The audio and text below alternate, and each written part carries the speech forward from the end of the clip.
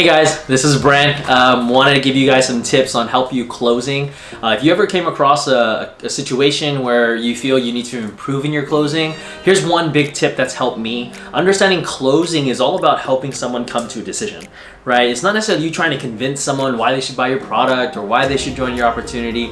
It's really more about getting to know your client's wants, goals, and needs, and then from that, tailoring your presentation based on a framework that is not only duplicatable, but it's a simple process to let people see what's in your brain. Now, what I mean by this is that when I work with clients, a lot of times they appreciate authenticity. Everyone appreciates being honest, being authentic, and sometimes our brain is like, become the expert, be this, and that's a great thing, but sometimes it can be too much of like being their friend, or too much of being someone that's too professional. Now, professional is important, but that doesn't mean you have to be robotic, right? It's very important in soft skills, but for me, my experience has taught me that when I'm doing a presentation, you're building the rapport, you're getting to know them, but you have some sort of direction. You're leading them. And the way I lead my clients, let's just say it's for a potential product or a opportunity. For product-wise, I would set up my presentation of doing the same 30 things by having to understand there's an introduction, a message, and a conclusion. So when I sit with my clients, I build that rapport. Hey, Mr. John, nice to meet you. How's your day? How do you know this person if they're being leveraged? And they would share with me, and we'd build some sort of common ground. And I tell John, hey, John, before we get started, I want you to understand I'm going to present to you some information, and that I definitely believe can add some value to you and your family's lives. And all we're looking for is that if you or someone you know could benefit from it, that we'd be that go-to people.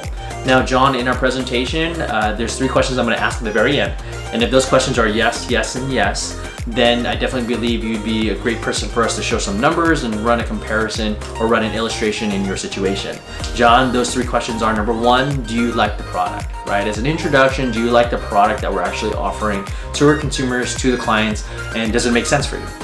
Second thing I'm going to ask is, John, could you see yourself using it, right? In the event something happens to you, would our product or service be something you would actually use? And last question I'm going to ask John is that if it financially made sense or if it was affordable, could you see yourself owning the product, right?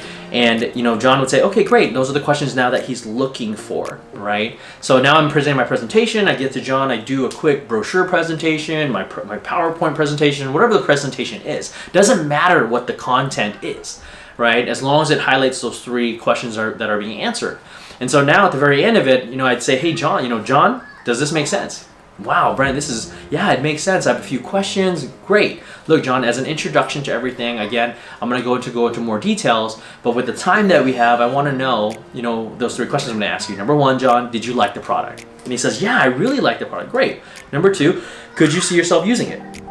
Could, in the event that you passed away, your family inherited a benefit, would you use life insurance? Or in the event that your family got a heart attack, stroke, cancer, or disability, that you can use that money while you're alive?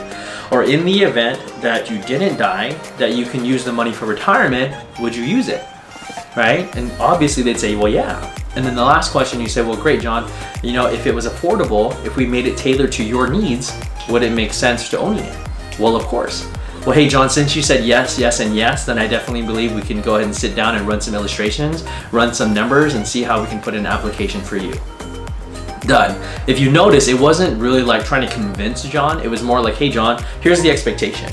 If you like the presentation on the information we're giving you, and you say yes, yes, and yes, then you're prepared to know that I am going to ask you to become one of my clients, right? That's how I do my closing, guys, is having to prime them and letting know the expectations so that there's this clean transition through that. Now, what if it's for an opportunity? Same thing. Build my rapport, understand this intro, message, and conclusion, right? My message, I'm delivering, same things, the same presentation, my introduction, setting the expectations. And the last one's conclusion. And in the conclusion of an opportunity, let's say I did the same brochure presentation, the 3 questions I would ask John this time and say, hey, John, number 1, did you like the product? Do you feel it's good for the community? Well, I think it's a great product for the community. Great, John, could you see yourself doing it? Could you see yourself upgrading people for free, right? Could you see yourself offering this to people? Well, yeah, right? And the last question is, John, does the money make sense, right? And if those questions are yes, yes, and yes for you, John, then I definitely believe you'd be a great candidate, be a part of our team. Are there any questions before actually getting started with us? No? Let's get started. right? So it's all about qualifying the right questions, guys. There's a lot of different ways you can do it as well. Another one where you want to handle objections. Some of the closing questions that we have is having to say, well, hey John, you know what? Let's say he's kind of like, oh, you know, I like it, yeah, but you know, then I'd say, well, John, are there any other questions that you would need to know before actually getting started with us? And if he says, well, you know, what if I don't have time? What if I don't have all these other things? You would definitely handle those objections. How I like to do it is I say, well, great, John, you know what? You had a question about how much time, you had a question on, you know, how fast you can make money, you had a question on this here. John, if I answer those questions for you, would you be ready to get started with us? And if he says yes, then great, then answer the 3 questions. Because he told you that he would join if you answered those 3. Now, if he says, no, I wouldn't join still, then you have to get to the right question. You would find out, John, what are the questions that you would need to know before actually moving ahead and getting started with us, right? And then as the objections come, of course, you guys can handle those in your experience. But for me, that's the best way I can give you my knowledge, is having to set up the timeline, because I believe the framework is very duplicatable, and I hope it helps you grow in your business. Thanks, guys. Take care until we see you again next time. Bye now.